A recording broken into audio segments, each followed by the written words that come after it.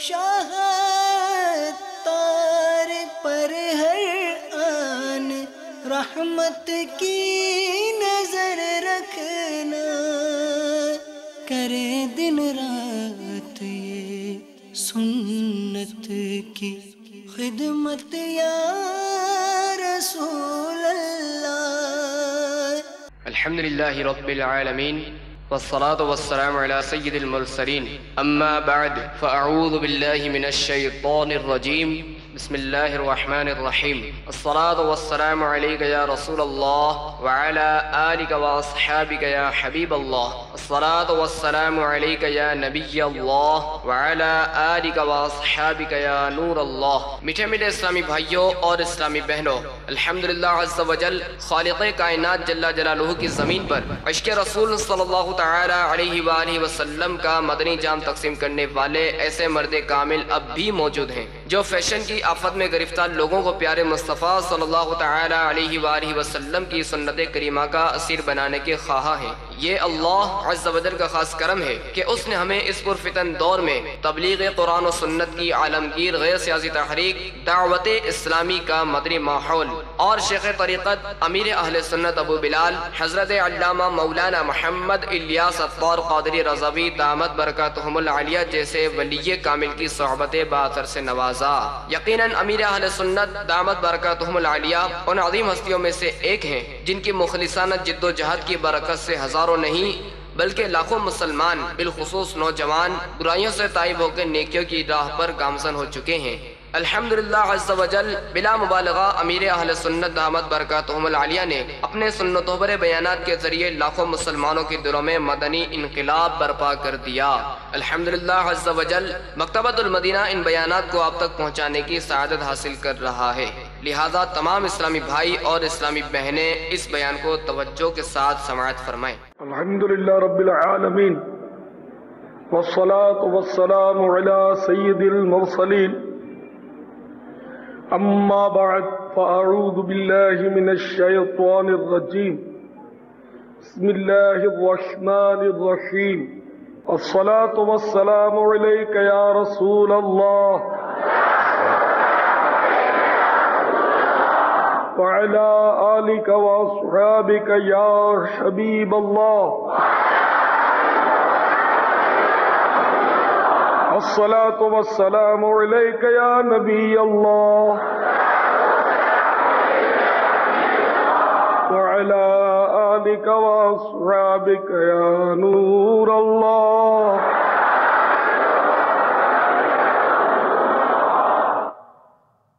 پیارے اسلامی بھائیوں، آج برزخ کے ان عذابوں اور ہولناک سزاؤں کا بیان کیا جاتا ہے۔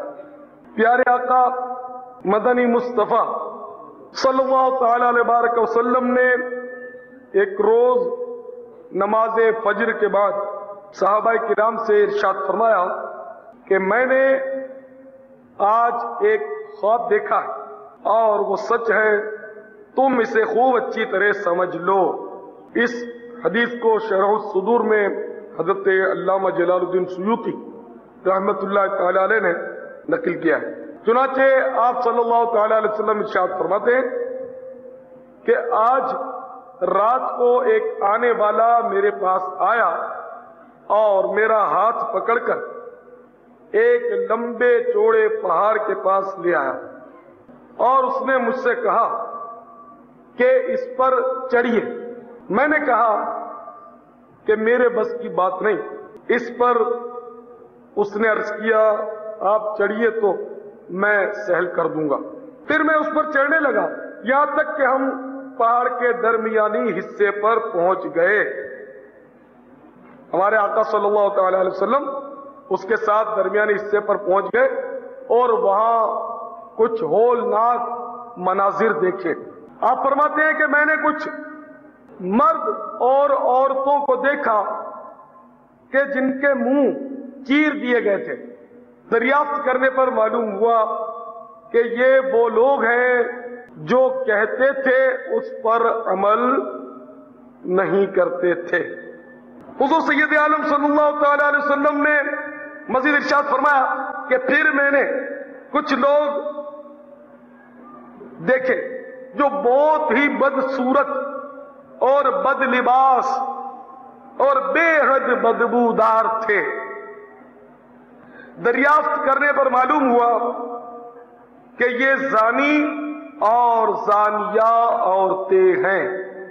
پھر میں نے کچھ مردے دیکھے، مرے ہوئے لوگ دیکھے جو بہت ہی پھولے ہوئے اور بدبودار تھے، سڑے ہوئے تھے. دریافت کرنے پر معلوم ہوا کہ یہ کافروں کے مرے ہوئے لوگ ہیں. پھر میں نے دیکھا کہ کچھ لوگ درختوں کے سائے تلے ہیں. دریافت کرنے پر معلوم ہوا کہ یہ مسلمانوں کے مردے ہیں. پھر ہم آگے چلے تو دیکھا کہ کچھ لڑکے اور لڑکیاں دو نہروں کے درمیان کھیلنے میں مشغول ہیں. میں نے دریافت کیا کہ یہ کون لوگ ہیں. معلوم ہوا کہ یہ مومنین کی اولاد ہیں. 12 یہ آیت آپ کو سنا چکا ہوں. یا ایھا الذین آمنوا قوا انفسکم واہلیکم نارا، اے ایمان والو اپنی ذات کو اور اپنے گھر والوں کو جہنم کی آگ سے بچاؤ. وقودھا الناس والحجارہ، جس کا ایندھن انسان اور پتھر ہے. کہ وہ اکبر الہ آبادی نے کہا طفل میں کیا آئے بو ماں باپ کے کردار کی. طفل مانے بچہ، انہیں بچے میں ماں باپ کے کردار کی بو کیا آئی.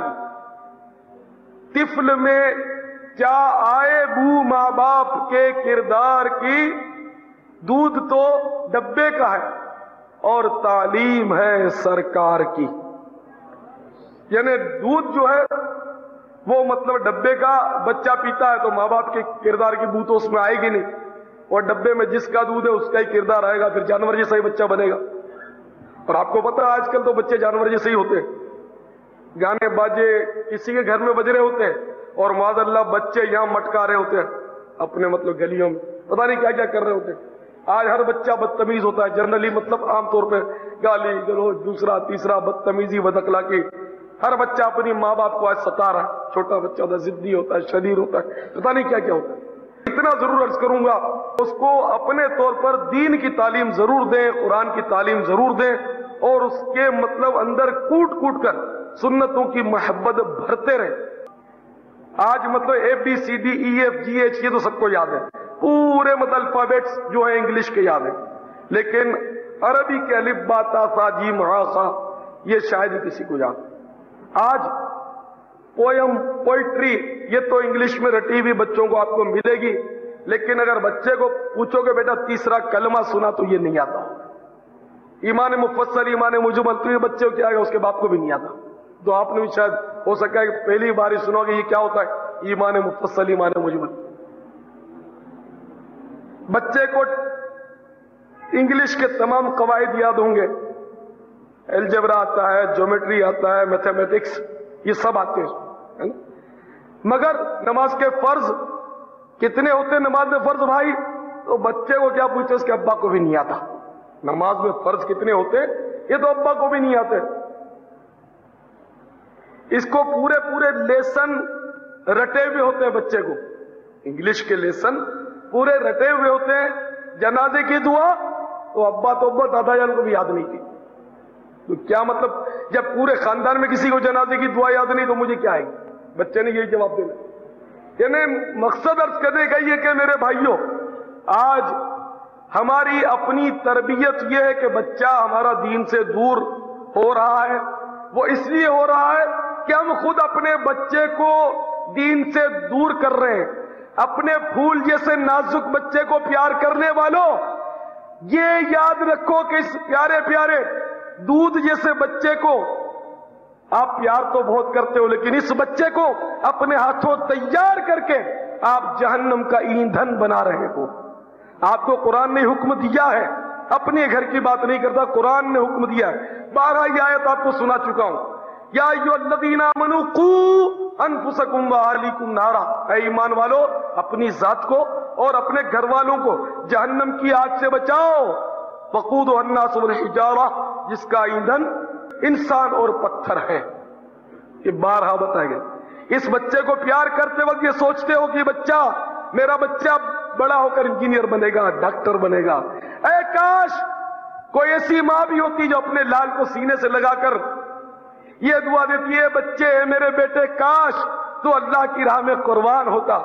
اے کاش جس طرح صحابیات اپنے بچوں کی لاشوں کا انتظار کرتی تھی کہ کاش جنت کا دولہا بن سچ کر میرے گھر پر آئے، ایسی تمنا کوئی ماں آج بھی کرے کہ میرا بچہ دین پر قربان ہوگا، میرا بچہ ناموس مصطفیٰ پر کٹے گا، میرا بچہ عظمت رسول پر قربان ہوگا۔ آج کوئی ماں ایسی نہیں، بلکہ جہاں عظمت رسول کا درس ہوتا ہے، جہاں سنت مصطفیٰ کی تعلیم ہوتی ہے، وہاں سے تو آج بچے کو روکا جاتا ہے، خبردار تو ملا ہو جائے گا۔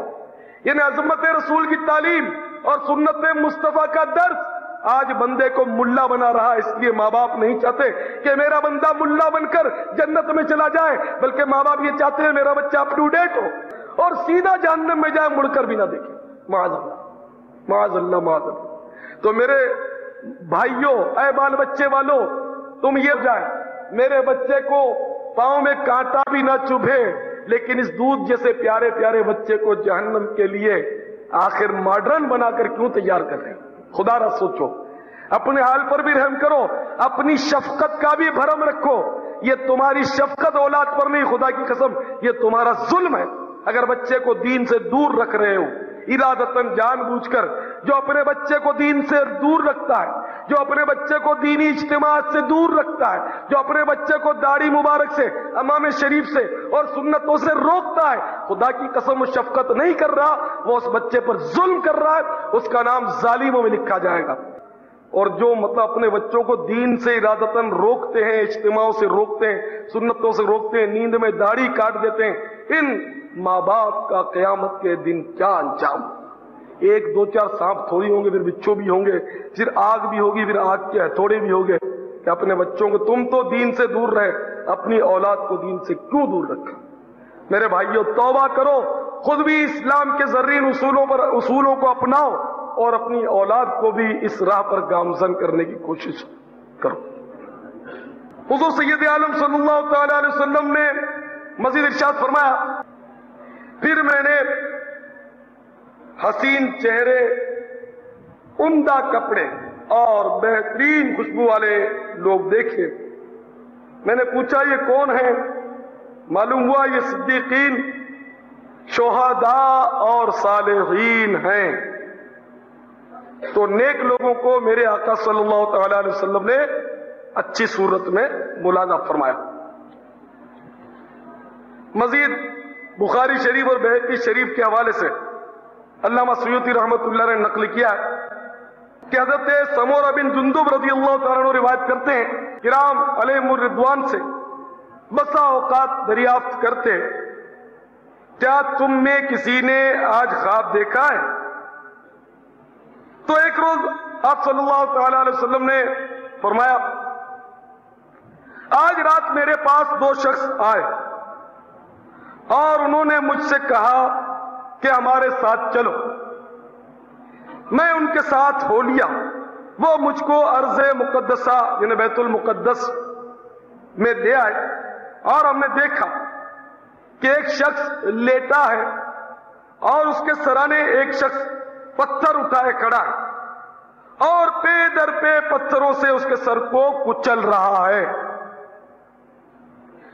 سر ہر مرتبہ کچلنے کے بعد ٹھیک ہو جاتا ہے۔ میں نے ان فرشتوں سے فرمایا، سبحان اللہ، یہ کون ہے؟ انہوں نے عرض کیا، آگے چلیے۔ چنانچہ ہم ایک ایسے شخص کے پاس پہنچے جو گدی کے بل لیٹا ہوا ہے، جو گدی کے بل لیٹا ہوا تھا، یعنی چت، گدی نیچے آئی، چت لیٹا ہوا تھا، اور ایک شخص لوہے کا چمٹا لیے اس پر کھڑا تھا اور وہ اس کی بانچیں یعنی گال ایک طرف سے پکڑ کر اس کی گدی کی طرف کھینچتا تھا اور اس کے نتنے یعنی ناک اور آنکھیں بھی گدی کی طرف کھینچتا، اور پھر دوسری جانب سے بھی ایسا ہی کرتا تھا۔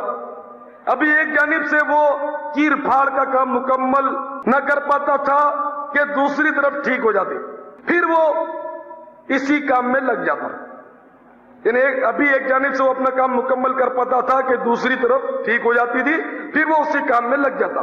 میں نے ان سے دریافت کیا یہ کون ہے؟ انہوں نے کہا آگے چلیے۔ ہم آگے چل کر ایک تنور پر بیٹھے، ایک تنور پر پہنچے جس میں شور و شغب کی آواز آ رہی تھی. ہم نے اندر جھانک کر دیکھا، اس میں مرد و عورت برہنہ تھے. نیچے سے ان کی طرف آگ کے شعلے لپکتے تھے. جب شعلے ان کی جانب بڑھتے تھے وہ شور مچاتے تھے. میں نے پوچھا یہ کون ہے؟ عرض کیا آگے چلیے. ہم آگے چل کر ایک نہر پر پہنچے جو سرخ خون تھی.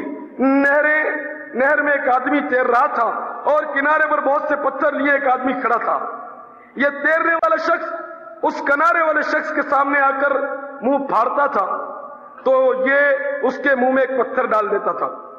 پھر وہ کچھ دیر تیر کر واپس آتا تھا اور منہ پھاڑتا تھا اور پھر اس کے منہ میں پتھر رکھ دیتا تھا اور یہ سلسلہ برابر جاری تھا. میں نے ان سے دریافت کیا کہ یہ کون ہے؟ انہوں نے کہا کہ آگے چلیے. پھر ہم آگے چل کر ایک خوفناک شکل کے آدمی کے پاس پہنچے. اس کے پاس آگ تھی، وہ اس کے گرد چکر لگا رہا تھا. میں نے ان سے دریافت کیا کہ یہ کون ہے؟ انہوں نے کہا آگے چلیے. پھر ہم ایک سرسبز باغ میں پہنچے جس میں فصل بہار کا ہر پھول تھا اور باغ میں ایک شخص اس قدر دراز قد تھا کہ اس کا سر آسمان سے لگتا تھا اور اس کے پاس کچھ بچے تھے جن کو میں نے کبھی نہ دیکھا تھا. انہوں نے کہا کہ آگے چلیے. تو ہم ایک عظیم باغ میں پہنچے کہ اس سے بڑا باغ میں نے کبھی نہ دیکھا تھا اور نہیں اس سے زائد حسین و جمیل باغ کبھی نگاہ سے گزرا تھا. انہوں نے مجھ سے کہا کہ اس میں چلیے. ہم اس کے اندر داخل ہوئے تو ہم ایک ایسے شہر میں پہنچ گئے جو سونے اور چاندی کی اینٹوں سے بنا ہوا تھا. ہم نے شہر کے دروازے پر پہنچ کر اس کو کھلوایا. جب اندر داخل ہوئے تو باہر کے لوگ کچھ عجیب ہی تھے. ان کا کچھ جسم تو حسین ترین اور کچھ بدترین. ان دونوں فرشتوں نے ان سے کہا کہ جاؤ اور اس نہر میں داخل ہو جاؤ. سامنے ایک نہر تھی جس کا پانی خالص سفید تھا. وہ اس میں داخل ہو گئے. جب واپس نکلے تو ان کی بدصورتی حسن میں تبدیل ہو چکی تھی. ان دونوں فرشتوں نے کہا کہ یہ جنت عدن ہے اور یہ یا رسول اللہ صلی اللہ علیہ وسلم آپ کا ٹھکانہ ہے. اب جو میں نے نظر اٹھا کر دیکھا تو ایک سفید محل بادلوں کی مانند مجھے نظر آیا. میں نے ان سے کہا بارک اللہ لکما، یعنی اللہ تم دونوں کو برکت دے. اب مجھے چھوڑ دو تاکہ میں اپنے محل میں داخل ہو جاؤں.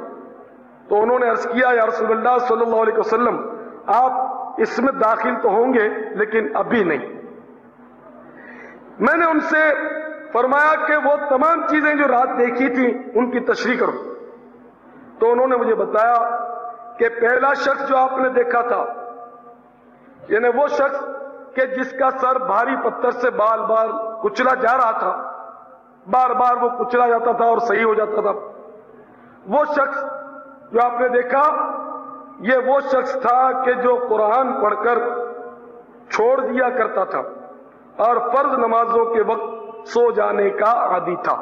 تو قرآن بھول جانے کا بھی یہ عذاب اور یہ ہولناک سزا، اور ساتھ ہی فرض نمازوں کے وقت جو لوگ سو جاتے ہیں ان کی بھی یہی سزا ہے کہ ان کا سر بھی بھاری پتھر سے بار بار کچلا جائے گا. آج جو نمازی ہیں نمازی ان میں بھی بدقسمتی سے کثرت ایسے لوگوں کی ہے کہ جو فجر کی نماز کے وقت سوئے رہتے. کئی لوگ شکایت کرتے ہیں کہ ہماری آنکھ نہیں کھلتی. کوئی ایسا ورد بتا دیا جائے، کوئی ایسا تعویذ مل جائے تاکہ آنکھ کھل جائے. تو میں ان کو مشورہ دیتا ہوں 150 200 500 600 300 400 الارم والی جو گھڑی ہوتی ہے وہ مطلب آپ خرید لو اور اپنے سرانے چابی بھر کے اس کا الارم سیٹ کر کے ٹائم اس کا سیٹ کر کے اپنے سرانے پر رکھ دو. وہ انشاءاللہ بچتا رہے گا، آپ اٹھ جاؤ انشاءاللہ.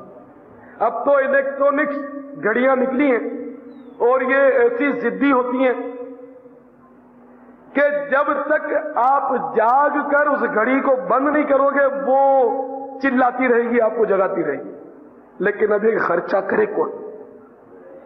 صوفہ سیٹ خریدنا ہے تو خرچہ موجود ہے، پیسے موجود ہیں. اگر آئل پینٹ کرانا ہے چونے سے گزارا نہیں, اسٹیمر سے بھی گزارا نہیں, آئل پینٹ کرنے کے لیے ہزاروں روپے خرچہ ہے.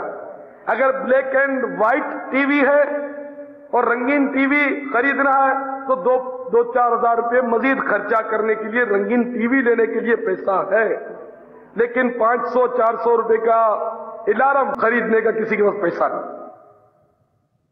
تو اب آپ کی مرضی ہے, خرچہ مت کرو, کوشش بھی مت کرو فجر میں اٹھنے کی, کسی کو کہہ بھی مت رکھو کہ مجھے اٹھا دیا کرنا. ماں باپ کی بھی خوشامد اس لیے اگر کر لیتے کہ آپ کو فجر کے لیے اٹھا دیں, کسی پڑوسی کی خوشامد اس لیے کر لیتے کہ مجھے فجر میں اٹھا دینا. یہ صرف اور صرف نفسیاتی رونا ہوتا ہے. اپنے اس مرنے والے کی آخرت پر کوئی نہیں روتا. اس لیے نہیں روتے کہ ہائے افسوس میرا باپ بے نمازی تھا, اب بڑے بڑے سانپ اور بچھو پہنچے ہوں گے تو بہت جھوٹ بولتا تھا, تو پکا جھوٹا تھا, قذاب تھا. اب کیا ہوا؟ یہ بے پردگی کرتا تھا, یہ فلمیں اور ڈرامے دیکھتا تھا اور گانے سنتا تھا بحکم حدیث. اگر اس کی آنکھوں اور کانوں میں کیل ٹھکے گئے ہوں گے تو, یہ بھی تو آپ نے سنا نا جس میں کہ جو مطلب ناجائز دیکھے گا اور ناجائز سنے گا, مرنے کے بعد برزخ کا عذاب یہ ہے کہ اس کے آنکھوں اور اس کے کانوں میں کیل ٹھوک دیے جائیں گے, قیامت تک کی کیل ٹھوکے رہیں گے. آج معمولی تنکا, بلکہ آنکھ کو ذرا دبا کر دیکھو تو بھاؤ پتا چل جائے گا, زور سے دبا کر انگوٹھا گھومتے اپنی آنکھ پتا چل جائے گا. تو کیل ایک تنکا برداشت نہیں کر سکتی, یہ نازک آنکھ تو کیل کیسے برداشت کرے گی. آج آپریشن کرتے ہیں تو سن کرتے ہیں, بے ہوش کرتے ہیں, پتہ نہیں کیا کیا جتن کرتے ہیں, اور بڑی احتیاط کے ساتھ وہ بڑے تیز آلات سے آپریشن کرتے ہیں آنکھوں کا, اور وہ کیل جب ایک دم ٹھوک دیا جائے گا دونوں آنکھوں میں تو کتنی تکلیف ہوگی, نظر بھی کچھ نہیں آئے. اسی طرح کانوں میں کیل ٹھوک دیا جائے گا. آج دانت ناک کان کھجاتے کھجاتے اگر تنکا چبھ جائے تو چیخ نکل جائے. میرے بھائیوں, ایک گانا سننے والوں, ایک گانے سننے والوں, ٹیپ ریکارڈر پر گانے بجانے اور سننے والوں, غور کرو. اے موسیقی کے چاہنے والوں, غور کرو. تمہارے کانوں میں اگر کیل ٹھوک دیے گئے مرنے کے بعد تو کیا کرو گے؟ اے وی سی آر پر فلمیں دیکھنے والوں, بدنگاہی کرنے والوں, اگر تمہاری آنکھوں میں کیل ٹھوک دیے گئے تم کیا کرو گے؟ کس سے فریاد کرو گے؟ اور پھر اس کے بعد کا عذاب تو ابھی باقی ہے آخرت. تو میرے بھائیوں, ابھی سے گانے باجے اور موسیقی سے توبہ کر لو. اسی میں آتی ہے, ابھی سے فلموں سے, بدنگاہی سے, ڈراموں سے توبہ کر لو. یہ ہمارے حق میں بہتر ہے میرے بھائیوں. تو میں عرض کر رہا تھا کہ جو بھائی نماز کے وقت سویا رہتا ہے وہ غور کرے کہ مرنے کے بعد سر بھاری پتھر سے کچلے جائیں گے. اللہ ہمارے حال پر رحم فرمائے. اور اس شخص کا عذاب کہ جو گدی کے بل لیٹا ہوا تھا, بانچیں اس کی چیر دی جاتی تھی, یعنی کہ بانچ, یہ گال جو ہے نا منہ کھلتا ہے, ہمارا منہ کھلتا ہے تو یہ منہ کے دونوں سرے, مونچھوں کے قریب جو سرے, اس کو بانچ کہتے ہیں گال کو. تو گالوں میں چمٹے ڈال دیے گئے اور چمٹے سے اس کو چیر کر گدی کی طرف, ناک کے نتنے کو چمٹے سے مطلب جکڑ کر پکڑ کر اور چیر کر گدی تک, اور آنکھ میں بھی چمٹا گھونپ کر اس کو بھی نکال کر گدی تک لے جایا جاتا تھا. اور جب یہ 3 جگہ چیر لی جاتی تھی تو دوسری جگہ وہ چیرنے والا شخص آ جاتا تھا, اور اب بائیں طرف وہ اسی طرح گال, ناک اور آنکھ اس کی چیر ڈالتا تھا. تو پہلی طرف صحیح ہو جاتی تھی, پھر پہلی طرف آتا, دوسری طرف صحیح ہو جاتی تھی. اور یہ عمل بھی قیامت تک ہونا ہے. اور یہ عمل, یہ سزا اس بد نصیب کی ہے جو دنیا میں جھوٹ بولے اور بغیر توبہ کے ظاہر مر جائے. اللہ جس سے ناراض. تو اندازہ لگائیے. اور جھوٹ, اور اس معاشرے میں علمان الرفیر, آج ہے کون جو جھوٹ سے بچتا ہو؟ سب بھی جھوٹ بولتے, الا ماشاءاللہ جس کو اللہ بچائے رکھے. آج سبھی جھوٹ, نیک پرہیزگار لوگ بھی جھوٹ بولتے. بلکہ میں نے غور کیا ہے کہ جھوٹ بولنے کا کتنا ہی کسی کو سمجھاؤ نا کہ جھوٹ بولنا حرام ہے, نہ ہے, فلاں ہے, لیکن کسی کی سمجھ میں نہیں آتا. بلا وجہ جھوٹ بولنا ہی بولنا, بولنا ہی بولنا. یعنی کہ عقل کام نہیں کرتی کہ اب اس دور کے لوگوں کو جھوٹ سے کس طرح بچائے واقعی یہ دیکھیں بالکل بلا وجہ جھوٹ بولتے ہیں. شیطان جو ہے یہ بڑا حاوی ہے, اور میں ایسی باتوں سے پردہ اٹھاتا ہوں, بعضوں کی تو سمجھ میں آتا ہے, بعض بفر جاتے ہیں, مجھ پر بگڑ جاتے ہیں کہ یہ کیا بولتا ہے. تو یہ شیطان کا چکر ہے. مرض اصل ہے نا, ہمارا مرض جو گناہوں کا وہ بہت گہرا ہو چکا ہے. تو جب مرض گہرا ہوتا ہے تو دوائی جلدی اثر نہیں کرتی, اور بعض اوقات دوائی سے ریئیکشن بھی ہو جاتا ہے. تو کبھی کبھی ریئیکشن ہوتا ہے, بندہ مجھ پر بگڑ جاتا ہے. میرے بھائیوں, میں تو ایمان سے بتاؤ آپ کے فائدے کی بات نہیں کر رہا, میں تو آپ کی آخرت کی بات کر رہا ہوں. میں فلموں کے خلاف بولتا ہوں, ڈراموں کے خلاف بولتا ہوں, میں جہالت کے خلاف بولتا ہوں, میں داڑھی منڈانے کے خلاف بولتا ہوں کہ یہ حرام ہے. میں تو آپ کی خیر چاہتا ہوں کہ تم داڑھی منڈاتے ہو, مرنے کے بعد مر جاؤ گے, پھنس جاؤ گے, تمہارے چہرے پر سانپ بچھو چمٹ جائے گا, تم کیا کرو گے؟ یہ حرام کام کیوں کرتے ہو؟ پیسے دے دے کر حرام کام کیوں کرتے ہو؟ میں تو آپ کو سمجھا, ایمان سے آپ کے بھلے کے لیے کہتا ہوں. جذبات اپنے اپنے ہوتے ہیں, جذبات میں ذرا سخت باتیں بعضوں کا زبان پر آ جاتی ہیں. تو ڈاکٹر تو بہت زیادہ سختی کرتا ہے, وہ سوئی گھونپ دیتا ہے, آپ کو غصہ نہیں آتا, وہ چھریاں تیز کر کے رکھتا ہے. یعنی اگر آپ کو کچھ بھی بیماری ہو گئی, اگر بھول سے آپ کسی اسپیشلسٹ کے پاس چلے گئے, سرجن کے پاس چلے گئے, تو اس نے چھری تیز رکھی ہے, تو آیا آپریشن کرا دو. اس نے آپریشن ہی کی بات کرنی, آپ کو آپریشن کی ضرورت ہے, کیونکہ اس کی خدمت خلق یہی ہے کہ خوب ہزاروں روپے آپ سے لے اور آپ کو چیر پھاڑ کر رکھ دے. ثابت سے نہیں ہوتے لیکن تقریباً ایسے ہی ہوتے عموماً. میں عموم کی بات کر رہا ہوں, جو بھلے لوگ ہیں ان کی بات نہیں کر رہا. تو یہ کہ پھر ان پر آپ کو غصہ کیوں نہیں آتا؟ وہ ہزاروں روپے لے کر آپ کو چیر پھاڑ ڈالتا ہے, آپ کے گردے نکال لیتا ہے, دل نکال لیتا ہے, پتہ نہیں کیا کیا کر ڈالتا ہے. آپ اس سے تو خوش ہوتے ہیں, ہزاروں روپے دیتے ہیں, 15 دن, مہینے دن, 2 مہینے دن آپ کا عزیز بستر پر پڑا رہتا ہے, آپ ڈاکٹر صاحب ڈاکٹر صاحب ڈاکٹر صاحب کر کے اس کو مسکا لگاتے رہتے ہو. اور اگر کوئی دل جلا آپ کو جہنم کے عذاب سے بچانے کے لیے, جہنم کی ہولناک سزا سے بچانے کے لیے, آخرت کے دہشت ناک عذاب سے آپ کو متنبع کرتے ہوئے اگر سخت بات کر دے, آپ کو غصہ آ جاتا. تو یہ سارے شیطان کے چکر ہیں بھائیوں. آپ مجھ پر غصہ مت کیا کرو, بلکہ اپنے نفس پر غصہ کیا کرو کہ میرا نفس جو ہے یہ بہت شریر ہے, یہ مانتا نہیں, اس لیے اچھی بات اس کو پسند نہیں ہے, یہ چاہتا میں گناہ کرتا رہوں اور جہنم کی آگ میں جلوں, اور شیطان مطلب خوش ہو جائے. شیطان مجھے اپنا ساتھی بنانا چاہتا ہے. اے بھائیو, شیطان کا ساتھی بنو گے پھنس جاؤ گے. مصطفیٰ صلی اللہ تعالی علیہ وسلم کے پڑوس میں آ جاؤ, مزہ آ جائے گا انشاءاللہ. میرے آقا صلی اللہ تعالی علیہ وسلم فرماتے ہیں کہ میں اپنے غلاموں کو بندے کمر پکڑ پکڑ کر جہنم سے گھسیٹ رہا ہوں. تیری وحشتوں سے اے دل مجھے کیوں نہ آ رہا ہے, تو انہی سے دور بھاگے جنہیں تجھ پہ پیار آئے. ہمارے آقا ہم پر پیار کرتے ہیں, اور جو ہمیں دین بتاتے ہیں, جو ہمیں سنتیں سکھاتے ہیں, وہ بھی ہم پر پیار کرتے ہیں. دشمنی میں کوئی ہمیں نہیں سمجھاتا, ہمیں پیار سے سمجھاتا, پھر بھی ہمیں غصہ آتا. یہ انتہا درجے کی ایمان سے بد نصیبی ہے کہ آج اگر کوئی کسی کو سنت بتائے اور وہ غصے میں آ جائے, خدا کی قسم اس کی محرومی کی انتہا ہو گئی. ایمان سے انتہا ہو گئی کہ اپنے خیر خواہ پر یہ غصہ کر رہا ہے اور اپنے خیر خواہ پر یہ ناراض ہو رہا ہے. ڈوب مرنا چاہیے. اس نے ہمیں یہ حدیث سنائی کیوں, اس نے ہمیں یہ شریعت کا مسئلہ بتایا کیوں, اس نے ہمیں سنت بتائی کیوں, اس نے ہمیں داڑھی منڈا کہا کیوں؟ تو میرے بھائیوں ہوش کی. بہرحال تو جو جھوٹ بولے گا وہ اپنا انجام دیکھ لے. بعض اوقات نیکیاں کرتے وقت بھی لوگ جھوٹ بولتے ہیں, چندہ کرتے تو جھوٹ بولتے ہیں, نیاز کرتے تو جھوٹ بولتے ہیں. نیاز کرتے, جب نیاز کرنا بہت ثواب کا کام, اچھا کام, لیکن وہ نیاز ابھی تو کئی جگہ پڑی ہوتی ہے, خلاص ختم ہو گیا ختم ہو گیا ختم ہو گیا. یہ جھوٹ نہیں ہوتی. پھر وہ تھوڑی دیر کے بعد پھر وہ جب بندے کم ہو جائے ختم کر کے بھگا کر پھر وہ شروع کر دے. پھر جب بھیڑ ہو ختم ہو گیا تماشا. تو یہ سب مطلب لا علمی ہے, دین سے دوری کی وجہ.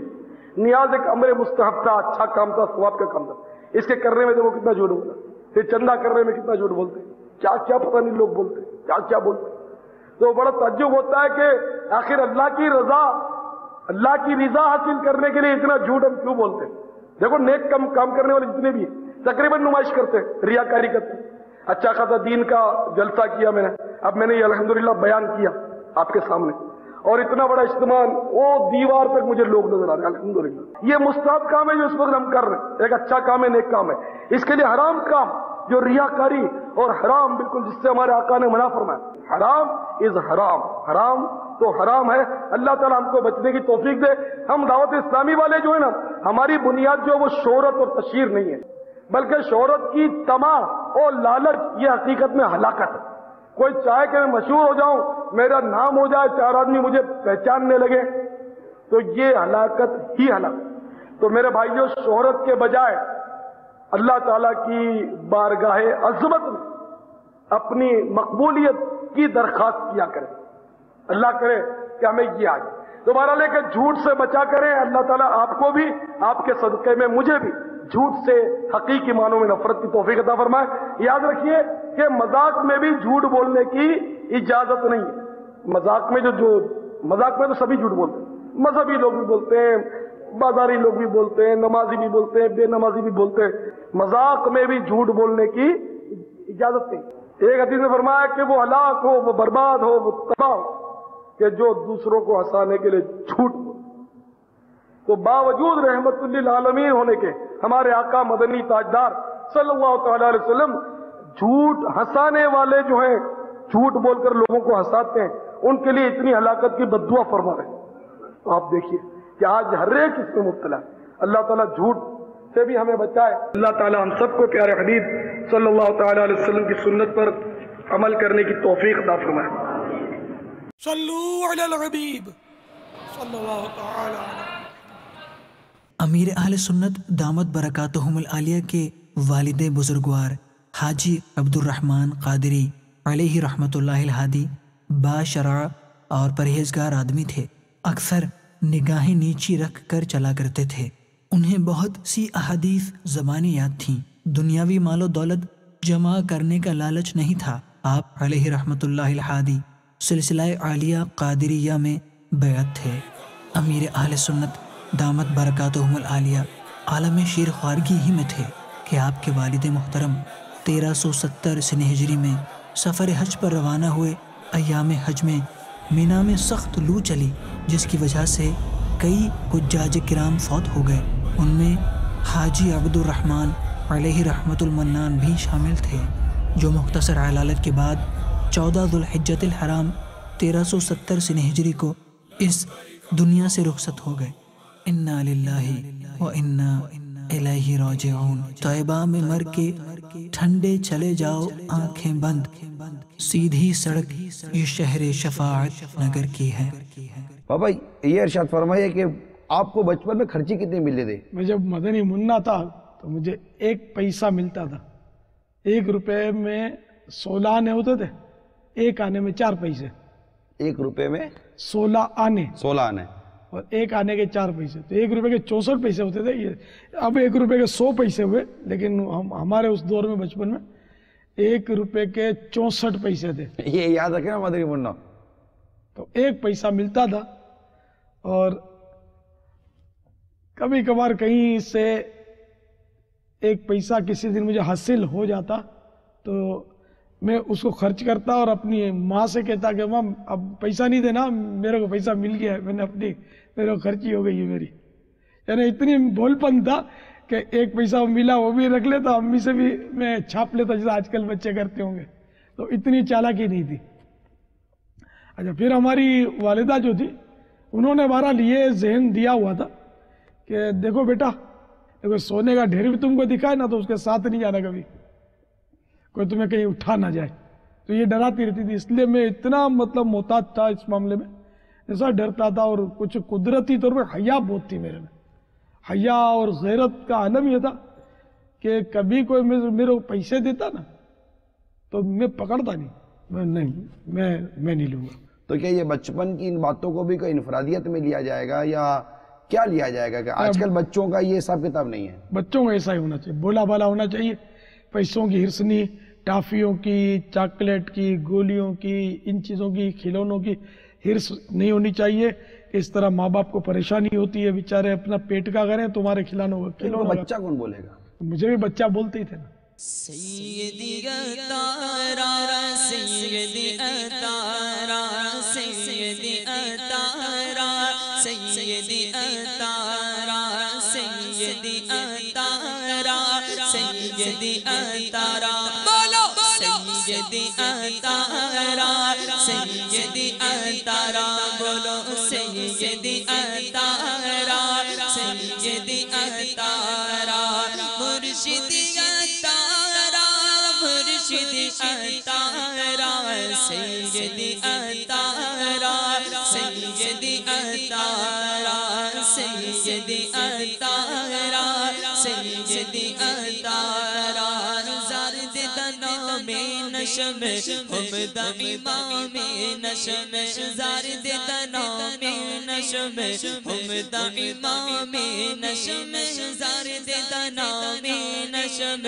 حمد امام نشم زارد زلفاننا زارد زلفاننا زارد پیزارا سیدی اطہارہ سیدی اطہارہ سیدی اطہارہ سیدی اطہارہ مرشد عبید پر جا میری قربان ہو زار دیدہ اولاد نشم زار دیدہ اولاد نشم زار دیدہ اولاد نشم زار دیدہ کمبینا مرشد کے اولاد پر جا میری قربان ہو مرشد کے سب کنبے پر جا میری قربان ہو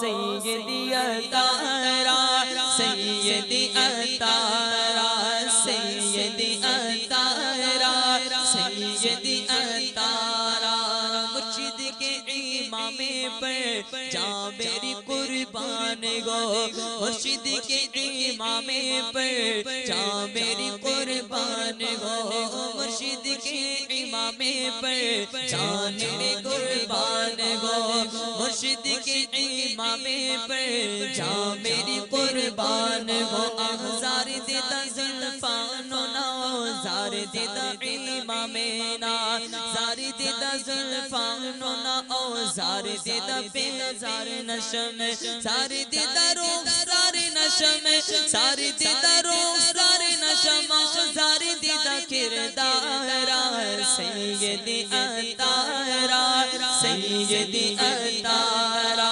سیدی اطہارہ سیدی اطہارہ سیدہ کو آدینے نمازی بڑھ جاندینے چور ڈاکو آدینے نمازی بڑھ جاندینے عاشق لندن پیرس دیکھا عاشق لندن پیرس دے حاجی بڑھ جاندینے عاشق لندن پیرس دے حاجی بڑھ جاندینے کہہ دو مرشد چل مدینہ کہہ دو مرشد چل مدینہ کہہ دو مرشد چل مدینہ سینہ میرا ٹھار دا سیدی اطہارہ سیدی اطہارہ سیدی اطہارہ سیدی اطہارہ مرشدی اطہارہ مرشدی اطہارہ سیدی اطہارہ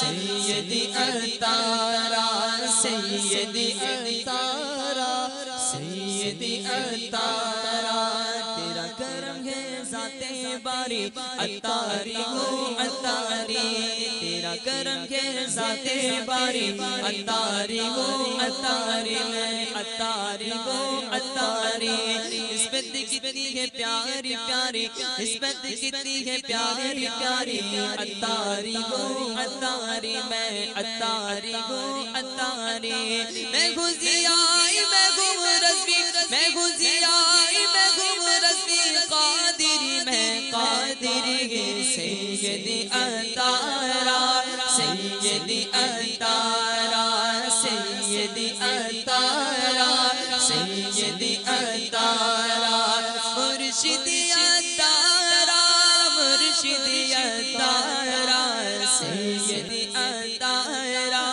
سیدی اطہارہ میں بھی دیکھوں مکہ مدینہ میں بھی دیکھوں مکہ مدینہ مرشد تیری آنکھوں سے میں بھی دیکھوں مکہ مدینہ مرشد تیری آنکھوں سے میں بھی دیکھوں مکہ مدینہ مرشد تیری آنکھوں سے کب آئے گی میری باری کب آئے گی میری باری کب آئے گی میری باری عطاری ہو عطاری سیدی عطارہ سیدی عطارہ سیدی عطارہ سیدی عطارہ سیدی عطارہ سیدی عطارہ مرشد عطارہ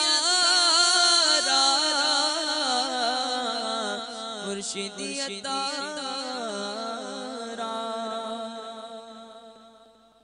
دعوت اسلامی عالمگیر صلاۃ و سنت کی وہ تحریک ہے جس سے اللہ نے حضرت مولانا ابو بلال الیاس قادری رحمۃ اللہ کے اخلاص کی بنا پر اور مخلص ساتھیوں کی محنت کی بنا پر اور حضور کی نظر کرم سرکار غوث رضا کی نظر کرم سے وہ مقبولیت حاصل ہوئی کہ اب ساری دنیا جانتی دعوت اسلامی کا پھریرا لہرا رہا ہے مشرق مغرب شمال جنوب. الحمدللہ اس غریب کو بھی سفر کی سعادت حاصل ہوتی رہتی ہے. تو میں نے دنیا کے گوشوں یورپ کے ایسے علاقوں میں جہاں مسجد ڈھونڈی تو مسجد عطار نظر آئی اور مدرسہ ملا تو فیضان مدینہ ملا. اللہ اکبر کہ سنتیں سیکھی ہیں سنتیں سکھائیں. مرشد کامل کے لیے 4 شرائط. سیدی اعلیٰ حضرت علیہ رحمہ فتاوی افریقہ میں تحریر فرماتے ہیں کہ مرشد کی 2 قسمیں ہیں. نمبر 1 مرشد اتصال، نمبر 2 مرشد ایصال. نمبر 1 مرشد اتصال یعنی جس کے ہاتھ پر بیعت کرنے سے انسان کا سلسلہ حضور پر نور سید المرسلین صلی اللہ تعالی علیہ وآلہ وسلم تک متصل ہو جائے. اس کے لیے 4 شرائط ہیں. پہلی شرط مرشد کا سلسلہ اتصال صحیح یعنی درست واسطوں کے ساتھ تعلق حضور اقدس صلی اللہ تعالی علیہ وآلہ وسلم تک پہنچتا ہو، بیچ میں منقطع یعنی جدا نہ ہو. اور منقطع کے ذریعے اتصال یعنی تعلق ناممکن ہے. بعض لوگ بلا بیعت یعنی بغیر مرید ہوئے محض بزوم وراثت یعنی وارث ہونے کے گمان میں اپنے باپ دادا کے سجادے پر بیٹھ جاتے ہیں، یا بیعت کی تھی مگر خلافت نہ ملی تھی، بلا اذن بغیر اجازت مرید کرنا شروع کر دیتے ہیں. یا سلسلہ ہی وہ ہو کہ قطع کر دیا گیا، اس میں فیض نہ رکھا گیا، لوگ برائے ہوس اس میں اذن و خلافت دیتے چلے آتے ہیں. یا سلسلہ فی نفس ہی صحیح تھا مگر بیچ میں ایسا کوئی شخص واقع ہوا جو بوجہ انتقائے بعض شرائط قابل بیعت نہ تھا. اس سے جو شاخ چلی وہ بیچ میں منقطع یعنی جدا ہے. ان تمام صورتوں میں اس بیعت سے ہرگز اتصال یعنی تعلق حاصل نہ ہوگا. بیل سے دودھ یا بانج سے بچہ مانگنے کی مت جدا ہے. دوسری شرط مرشد سنی صحیح العقیدہ ہو. بد مذہب گمراہ کا سلسلہ شیطان تک پہنچے گا، نہ کہ رسول اللہ صلی اللہ تعالی علیہ وآلہ وسلم تک. آج کل بہت کھلے ہوئے بد دینوں بلکہ بے دینوں کے جو بیعت کے سرے سے منکر و دشمن اولیاء ہیں، مکاری کے ساتھ پیری مریدی کا جال پھیلا رکھا ہے. ہوشیار، خبردار، احتیاط احتیاط. تیسری شرط مرشد عالم ہو یعنی کم از کم اتنا علم ضروری ہے کہ بلا کسی امداد کے اپنی ضروریات کے مسائل کتاب سے نکال سکے. قطب بینی یعنی مطالعہ کر کے، اور افواہ رجال یعنی لوگوں سے سن کر بھی عالم بن سکتا ہے. مطلب یہ ہے کہ فارغ التحصیل ہونے کی سند نہ شرط ہے نہ کافی، بلکہ علم ہونا چاہیے. علم فقہ یعنی احکام شریعت اس کی اپنی ضرورت کے قابل کافی، اور عقائد اہل سنت سے لازمی پورا واقف ہو. کفر و اسلام، گمراہی و ہدایت کے فرق کا خوب عارف یعنی جاننے والا ہو. چوتھی شرط مرشد فاسق معلن یعنی اعلانیہ گناہ کرنے والا نہ ہو. اس شرط پر حصول اتصال کا توقف نہیں، یعنی حضور صلی اللہ تعالی علیہ وآلہ وسلم سے تعلق کا دار و مدار اس شرط پر نہیں کہ فجور و فسق باعث فسق یعنی منسوخ ہونے کا سبب نہیں، مگر پیر کی تعظیم لازم ہے اور فاسق کی توہین واجب، اور دونوں کا اجتماع باطل.